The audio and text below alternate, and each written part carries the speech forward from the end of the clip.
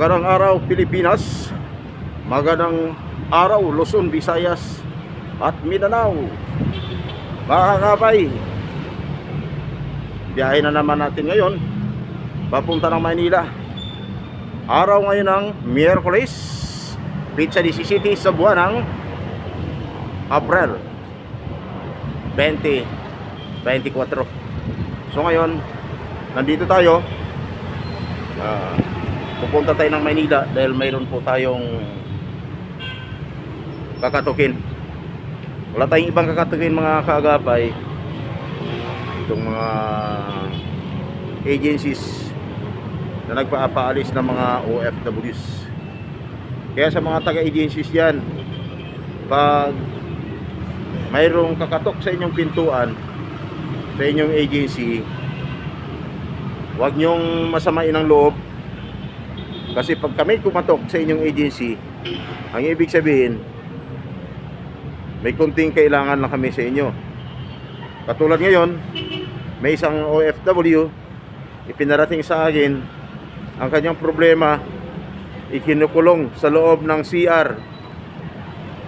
3 araw na mga kaagapay, walang kain-kain, walang inuming tubig, walang sapin. Doon natutulog sa loob ng comfort room ng kanyang pinagtatrabaho ang bahay ng kanyang amo sa Jeddah. Walang mainom na tubig, walang ilaw. Kaya huminang tulong, agarang aksyon para may rescue siya doon sa bansa ng Jeddah mga kaagapay. Kaya ako pupunta doon sa sobrang init ang sikat ng araw mga kaagapay. Pero hindi ko pa alam kung ang kanyang pamilya alam na ang problema.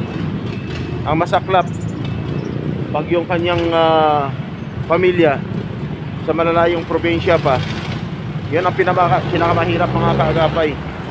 So ngayon, dahil emergency, wala tayong magawa kundi papasokin ang kanyang agency doon sa may Pedro Hill, Ermita, Manila.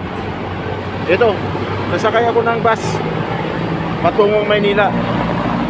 At ang biyahe doon, mga megit 1 oras mga kakapay. Depende sa takbo ng sasakyan at sa daloy ng trapiko.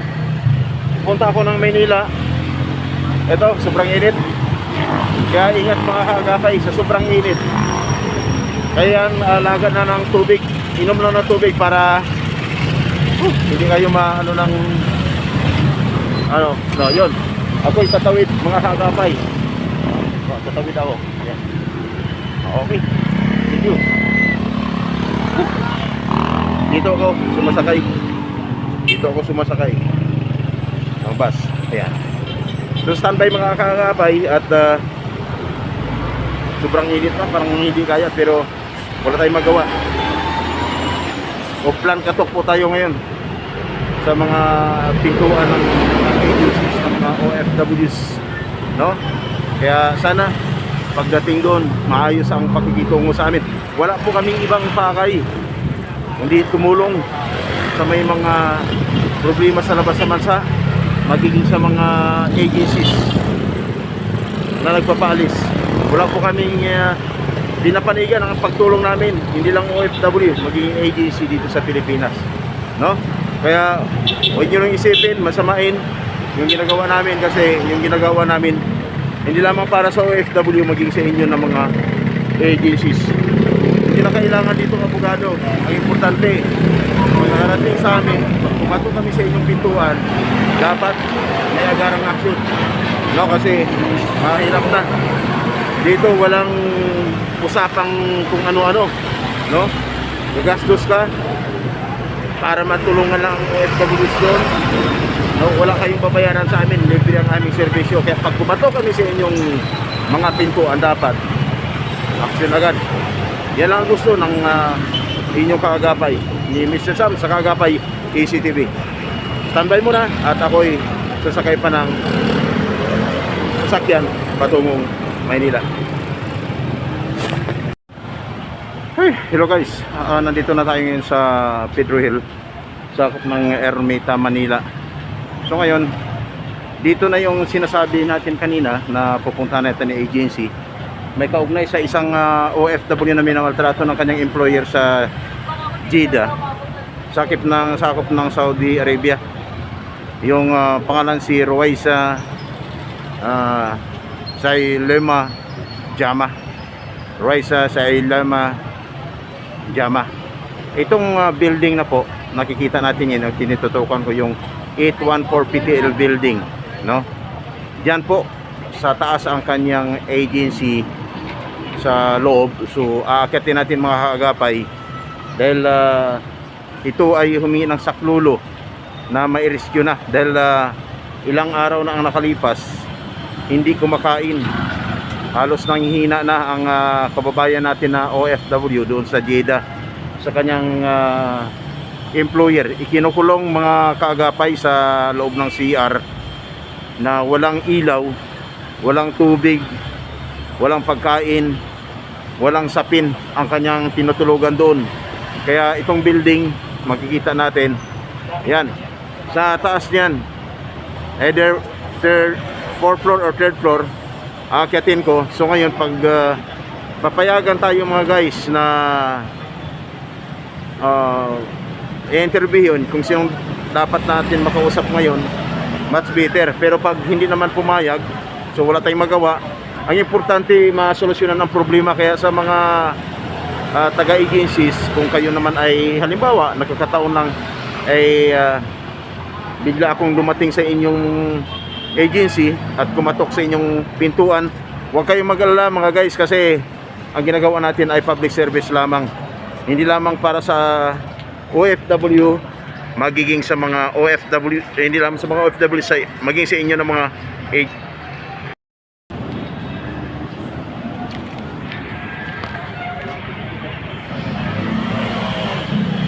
kaya mga guys, dito na, umpisa na natin akyatin yung naturang building, no? Tatawid tayo. Yan. Papasokin natin. Ito yung agency. Ito. Yan. Medyo madilim. Ma'am, magtanong lang. Dito ba yung ano, ma'am? Dito ba yung Pacific Star Agency? Anong floor, ma'am? 3rd floor? Nandun ba si Ma'am Nit? Okay. Ma'am, thank you. So ngayon guys, akyatin natin. Ito na, papasok na ang inyong lingkod sa 3rd floor ng Pacific Star Building, no? Pacific Star Building, papasok tayo. Medyo madali mga kaagapay. Yan.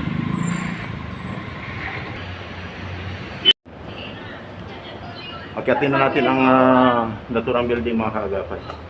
Dito sa 3rd floor ang agency ng Pacific Star. Yan. Ito po.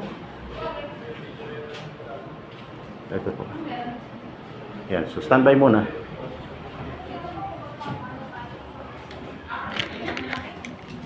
Hi Ma'am Nits, tama si Ma'am Jama. May problema. Saan sir? Taga saan siya? Baka Pacific siya? Ano ba yung Pacific Star. Sa kanila po yun. Sa kanila. So thank you very much. Sige.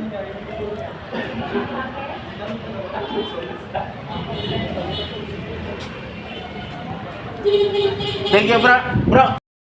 Mga guys, tapos na natin makausap yung welfare officer ng Pacific Star. May kaugnay sa problema ni Ruwaisa Sailema Jama sa Jeddah, no? Sakop ng Saudi Arabia, na kung saan lumalabas na siya ay sa kanyang mga chat, siya ay ikinulong sa loob ng comfort room na walang sapin, walang ilaw, walang tubig na mainom, walang pagkain. Ilang araw na ang nakalipas, kaya siya ay nanghihina na. Kaya nung ating pinuntahan kanina si Ma'am Lini at saka si Ma'am Lai, agad naman sila nakipagtulungan, may kaugnay sa problema ng kanilang napaalis na OFW at talagang tinututukan na nila hanggat hindi pa ito nakuwi ng Pilipinas. Ang purpose na sa kanyang pag-uwi ng Pilipinas, ligtas siya at hindi siya mapapahamak. Kaya ang Kaagapay ECTV, alam nyo kanina mga kaibigan, mga Kaagapay, nais man nating i-video lahat ng usapan sa loob ng recruitment agency. Kaya lang mayroon silang protocol na sinusunod na kung maaari iwasan na yung pagkukuha ng video sa loob ng kailangang agency, kaya nirerespeto po natin. Kaya sa mga taga-agencies, ito lang pong paalaala namin, wala kayong dapat katakutan sa amin. Kukuha man kami ng mga videos sa loob ng inyong agency habang kayo kinakausap namin para malutas ang problema ng inyong mga workers doon sa labas sa bansa. Wala kayong dapat katatakutan sa amin. Bakit po? Kami po ay tumutulong lamang. Ito po ay isang public service na ginagawa namin since year 2000. Tumutulong na po ang Kaagapay ECTV. Ako po, ang inyong lingkod, year 2000 pa lamang. Sa dami na namin natulungan at na-actionan, napabilis ang pag-solve ng problema na hindi na nakarating kung saan-saan pa. Kasi sa amin, ang pagtulong namin ay naayon sa tinatawag na batas din po, yung tinatawag na mediation and conciliation, no? Yung amicable settlement na ginagawa namin na hindi na kailangan na kukuha pa tayo ng magsampa pa ng kaso sa naturang agency na kung saan ang agency naman ay sila mismo ang nakakatulong sa mga kababayan natin na OFWs doon sa labas sa bansa kung ano ang ginawa nila para mapabilis ang pag-alis ng isang OFW. Maiging legal ang pag-alis ng isang OFW. Ganun din po ang ginagawa nila ay pinapadaan din po nila sa legal na proseso. Kaya sa mga kababayan natin na mga OFWs may problema sa labas ng bansa, lagi namin sinasabi na pag may problema kayo, hindi lang yung kung sinong alam nyo, dapat na kung may alam kayo na pwedeng lalapitan pag may problema, uunahin nyo naman muna ang inyong agency. Kasi wala naman ibang naging tulay para makaalis kayo at makarating kayo sa labas sa bansa. Walang iba kundi ang inyong agency rin po na tumulong sa inyo bago kayo umalis ng Pilipinas. Kaya sa mga agencies, ganito po,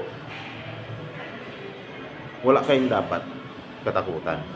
Pag may problema, bigla lang ako kakatok sa inyong pintuan. Huwag nyo akong katakutan kasi ako ay tumutulong na patas. Isang public service po lamang. Kaya dapat magpapasalamat po kayo dahil ang kumakatok sa inyong pintuan, nagtatrabaho yan na libre ang serbisyo. Walang kapalit. Hindi katulad ng iba dyan. No, lalapitan mo at hihingi ng tulong. Akala mo tinutulungan ka. Yung pala pinapahamak pa kayo. Akala mo abogado. Yung pala nagugulat ka na lang. Sabihin nyo, abogado nyo. Pero later on, malalaman nyo na lang. Hindi nyo pala kakampi. Kakampi pala nang nagreklamo sa inyo. Anong kalabasan doon? Hindi, pinapahamak lang kayo at pinagkakitaan lang kayo. Ang Kaagapay ECTV, subok na sa serbisyo mula noon hanggang ngayon. Kaya sa may mga problema, Luzon, Visayas at Mindanao, maging sa labas ng bansa, huwag mag-atubili ang Kaagapay ECTV. Patuloy na naglilingkod na walang kapalit. Sa mga hindi pa nakapag-subscribe para malaman niyo kung gaano katotoo yung mga sinasabi ko, yan, i-subscribe nyo lang ang aking YouTube channel, Kaagapay Space SCTV. No?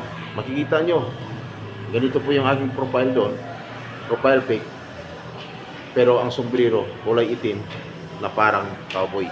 Kaya doble ingat ng mga OFWs. Dapat kung kayo ay mayroong mga pinirma na kontrata, dapat sundin nyo, sapagkat hindi lang kayo, hindi lang employer ang mananagot oras na may violation doon sa pinirmahan ng kontrata, yung tinatawag na sign agreements. That is ano yan, yung tinatawag na batas, no? Sign agreement, no? Yung pinirmahan ninyo, both workers at saka employers, na kung saan, pag yung batas na hindi ninyo nasunod, kung kayo ang may violation, kayo ang mananagot. kung ang employer niyo naman ay may violation, sila rin po ang mananagot. Paano yan? Ikaw, umayaw na sa trabaho, simpleng problema. Dapat, kailangan lang sa sarili yung tinatawag na adjustment pagdating sa labas ng bansa. No? Hindi po madali maging buhay OFW kaya. Baka naakit lang kayo dun sa labas, no? Na-convince lang kayo, kapitbahay nyo, na ganito, mag-abroad. Dahil okay pala. Wala namang problema Kung kaya mo ang trabaho, at kaya mong gampanan ang trabaho, at kaya mong tiisin anumang hirap pagdating sa labas ng bansa, marunong ka mag-adjust sa sarili mo. I-adjust mo, mag-adjust ka sa kumpanya mo, sa employer mo, hindi yung employer mo at kumpanya mo ang mag-adjust sa iyo. Dahil kayo po ay mga manggagawang OFW, kayo po yung pinadala ng ating bansa doon sa labas ng bansa para trabaho. Dapat ingatan ang inyong mga trabaho. Maraming salamat mga kaagapay. Ito po ang inyong lingkod, Mr. Sam Carabao sa Kaagapay ECTV. Ang Kaagapay ECTV patuloy na naglilingkod yan, mapaarawan at sa kailaliman ng gabi. God bless.